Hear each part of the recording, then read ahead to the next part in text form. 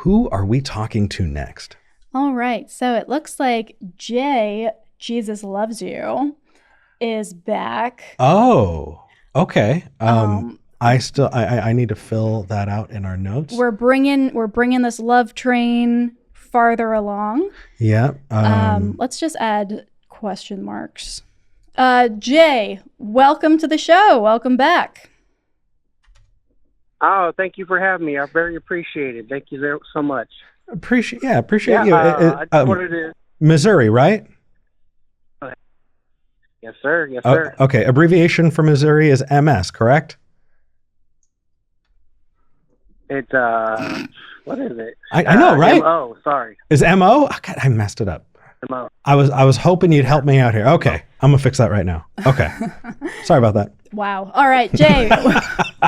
You want to call in because you're saying atheists don't know what love is without God. I agree 100%. God has unconditional love for people. And unless you know the Creator and his unconditional love, how could you know what true love is if you don't know the person who designed the computer and he knows the programming? Sure. Yeah, I understand. Sure. Atheists, it's hard for atheists to love just anybody, but Jay, me, I can love a baby that's unborn, you know what I mean? No, Jay, hold on just a second. We've got a couple things to talk about. Number one, can you step outside of yourself for just a second and see how hurtful a comment like that would be? No, sir. I'm always me. I cannot step outside of myself because I'm me. I'm not you. That explains a lot. Jay, if you listened to the rest of that sentence, you would have got what I meant. What I'm saying is, can you consider just how hurtful that comment is? Before we even dive into what the use is, can you see where that would cause barriers to come up in a conversation with people? Yeah, well, truth hurts feelings. I'm going to tell you that, Jay, there's the truth, no matter how you feel. Okay, so then let's talk. Simple. Okay, then let's talk about the truth. Do you have access to my brain, Jay? Do I have access to your brain? Yeah. No, but God does. Jay, you're not God, are you? What? Are you God? Are you Jesus fucking Christ, Jay? No, I'm not God. Okay, so who the fuck are you to say that I'm not capable of love? What hubris. What arrogance to say something like that. How rude to assume that somebody doesn't understand love. Please correct me.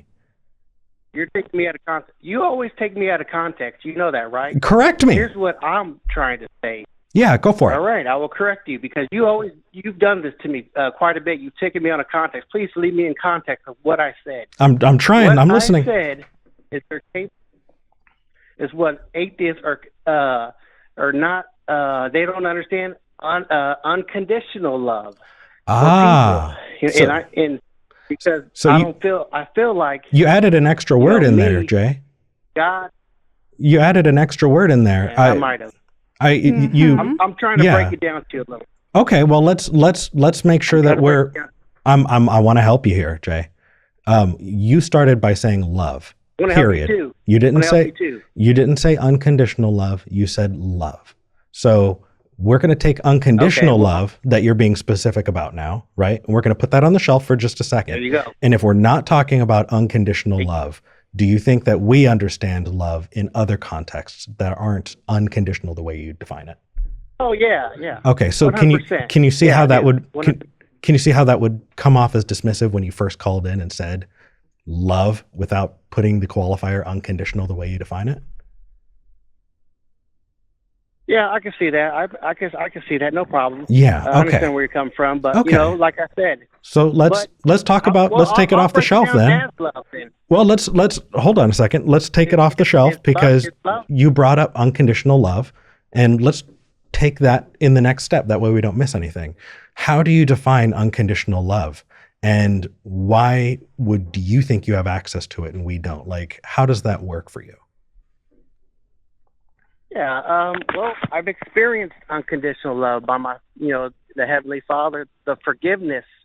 I've experienced forgiveness, and I don't think you've experienced the forgiveness that only God, Jesus, can give you, is what I'm saying.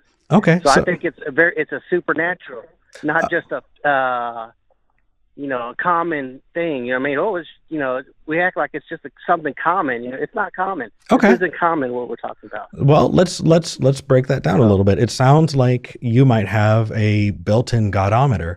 If you and I were sitting outside of a pizza place having a drink and two people walked up and both of them said that they were forgiven by Jesus and they felt that unconditional love, but you knew only one of them was telling the truth. One of them is a liar. How do you tell the difference? How do I tell the difference? I can't. You I can't tell the difference. Okay. I'm not God. Okay. So you're saying it's just well, I mean, that's honest. So you're saying that you feel a thing and there's no way to tell the difference because you don't have access to other people's feelings. But even though you don't have access to other people's feelings, you're confident that other people aren't able to. I just heard a conversation with you about love. Right. So you said it and the other guy said it. And you don't understand it. We'll put a pin in that. Let me finish. Say that? Let me finish my sentence, and then let me finish my sentence, and then we'll get to it. Okay. I want to finish my thought. Otherwise, I'm going to get scattered. I'm going to lose my place, and I'm going to wind up a wreck. And I don't want to do that to you or the audience. So sometimes, try to keep a little bit short. Let me finish. Let me finish my thought here. My thoughts too, so you're making 10 thoughts. Jay, Jay. You're calling into our show. You are a guest. You don't get to tell us to hurry up. I'm just asking. Yeah, the best. I don't get it. I'm not telling you to hurry up. I'm just asking. It's just a question. Sure. So where I'm going with this, Jay, is it sounds like you're saying you have access to your emotions, right? You can understand and you can tell what your emotions are. You can't do that for other people. And yet you're saying that other people don't experience an emotion that you're experiencing under certain conditions. And I just don't understand how you can know that other than being told that. Like, if it just makes no sense to me. Like if you grew up, if somebody said, Jay, your eyeballs are different. I can't tell the difference, but you can just see red more than other people. I wouldn't go around repeating that unless I had some kind of evidence. It sounds like you're just making an unfounded claim. Yeah, everything doesn't have evidence. I'm sorry to tell you that. So people's emotions don't have evidence to it. They do. You can't disprove God to me. You can't do it. Jay, nobody's asking. Nobody's trying to disprove God to you. No, we're talking about love, Jay. Yeah, why did you bring up disproving God? Let's stay in context. I was gonna make. That's what I was gonna do. I'm making it. See, now you're interrupting me. You know what I mean? So let's have an honest conversation. It's just an honest conversation. You know what I mean? I'm not saying you're bad or you know what I mean, but you're not going to understand it because you do not have the Spirit of God in you. You're not going to understand how a living baby in the womb. Okay, Jay, we're not talking about that. You're not on topic. Talk about unconditional love or hang up. That's the same talk. That is the love for the baby. What about? You won't understand it. Okay, Jay, you said some things don't have evidence. I'm sorry. You just won't know. You won't understand. Do you understand how useless of a conversation this is? Not even leaving aside the condescension, like but logically, it is useless to call in if that's what you think. If you think that there is no evidence, it's useless, even if it's true. That's the problem because you called in and you said it was true. Though. You said it was true. Jay. I'm going to give you a counterexample. Okay. I love talking to you guys. Yeah, I'm glad. Jay. Lucky us. So let me give you a counterexample, okay? Here's my counterexample. Jay, you are so crippled in your ability to experience emotions that you can only contextualize it through a God filter. If you just were able to contextualize that love better, then, but you know what? You're never going to get it because there's something about, the inside of you that's broken and I just can't fix it. It's just the truth. How does that feel? How are you able to work with that? I say the same thing about you. Yeah. The problem. You understand how I feel. Yeah, I do. That example is to point out what a condescending asshole does. Like, Jay, the fact that why do you have to call me names though? Why do you have to disrespect me? I didn't. Put me down. I didn't. Wait. Listen to what I said. I said that's what a condescending asshole would do. To make you feel better. Hey, Jay. Okay. You called it Jay. You, did I? Yes, you did. We told you that at the beginning of the. Can we mute him? Yeah, absolutely. That's why you're angry. We're muting. All right, Jay, you're muted now. That was beautifully timed, by the way. Angry mute. Yeah. Jay, listen to me. You are not hung up on yet. We are going to give you a chance to respond, but listen to me. We told you right at the beginning of your call that your question, which apparently is both unfalsifiable that you admit and also something we don't even have the ability to understand, so why, was disrespectful to us. We explicitly told you that that was disrespectful and that was something that you shouldn't say. And you brushed it off. And Eric was very kind and considerate and tried to reach you in that middle ground. And now you're upset that we are being disrespectful by making an example of a third party who might be an arrogant asshole. Yeah. So to be clear, the difference between us on that one is you said a thing about us personally. I said that's what an arrogant asshole would do. Jay, I think you're capable of not being an arrogant asshole. I'm pointing that out. Nicer than I am. I'm pointing that out because I want you to not take the shitty path. And the fact that you would identify that as, hey, this is me. If that's the case, this is a call for you to do better. All right. We're going to unmute you. Can we move past this? What was disrespectful to you? What was disrespectful to you? Tell me that. V, I've been talking this whole call. Do you want to pick this up? Sure. So here's the thing, Jay. Go ahead. Yeah, V, I like talking to V. Yeah. Me too. Let's imagine a scenario where I call in and I tell you that something you I just asked you a question. What? Okay, fine. I will be more direct. You told me that I have an inability to experience an emotion because I do not have access to the magical things that you do. And the stereotype of the angry atheist, which you were throwing out there a second ago, is deeply rooted in that assumption that atheists are somehow emotionally or morally have some kind of detriment. And so telling me that is essentially saying that you think that I am somehow lesser than you. No, ma'am. I was sort of joking around when I said angry atheist. Okay. Because he called me a name, so I was sort of digging back. But it's like this. I know how to do electrical. Maybe you do, maybe you don't. But if you don't know how to do this electrical, there's a capability and there's a book that will teach you. Very simple. But, I just want you to understand, Kama Sutra? Did I say that? I said, I don't know what I said. But anyways. But, sorry. Hey, either sometimes you'll get it and sometimes we won't. You know what I mean? Things I don't know. Well, and here's the thing, Jay. I think being an electrician is a wonderful example. Right. I do know how to do a good amount of electrical.